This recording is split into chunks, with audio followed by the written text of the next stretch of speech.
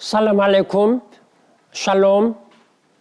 Today, I'd like to speak directly to the peoples of Israel and Palestine about the dangerous escalation in violence across the occupied Palestinian territory and Israel, especially in Jerusalem. I'm dismayed, as we all should be, when I see young people, children, picking up weapons and seeking to kill. Let me be clear. Violence will only undermine the legitimate Palestinian aspirations for statehood and the longing of Israelis for security. To the youth of Palestine, I say, I understand your frustration. I know your hopes for peace have been dashed countless times. You are angry at the continued occupation and expansion of settlements. Many of you are disappointed in your leaders and in us, the international community, because of our inability to end this occupation. And to the leaders of Palestine, I say, harness the energy of your people in a peaceful way to make their dreams and aspirations a reality. You have the right to live a decent life in dignity, respect, and freedom. I know that this is your goal. It is also our goal, but it can only be reached by establishing a Palestinian state living side by side in peace with Israel, not through the violent acts we have been witnessing. I urge the youth of Palestine, as the future of your people and society, to turn your frustration into a strong but peaceful voice for change. Demand that your leaders act responsibly to protect your future. Demand progress for a political solution from your leaders, from Israeli leaders, and from the international community.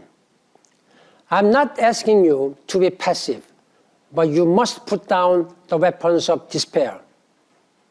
To the leaders and people of Israel, let me say, I appreciate your genuine concern about peace and security. I also understand the anger many Israelis feel. When children are afraid to go to school, when anyone on the street is a potential victim, security is rightly your immediate priority. But walls, checkpoints, harsh responses by the security forces, and house demolitions cannot sustain the peace and safety that you need and must have. There is no so-called security solution. You, the people of Israel, as much as the Palestinian people, need to see a political horizon to break this cycle of violence and fear.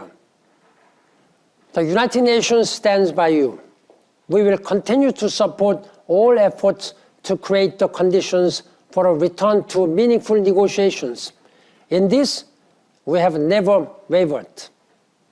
And to all I say, do not allow the extremists on either side to use religion to further fuel the conflict. Palestinian and Israeli leaders, stand firm against terror, violence, and incitement. Demonstrate in both words and deeds that the historic status quo of holy sites in Jerusalem will be preserved. Reaffirm your commitment to end the occupation and pursue a two-state solution by making changes on the ground. Non-violence requires more courage and strength than violence. At this difficult time, let us say, enough is enough. Let us stop the posturing and brinkmanship. Let us stop mortgaging the future of both peoples and the region. Let us get truly serious about reaching the only solution capable of durably stanching the bloodshed, the hatred, and fear of even greater conflict. That is the courage and leadership the peoples of this holy land demand and deserve. Shukran jazilan. Toda Rabba. Thank you.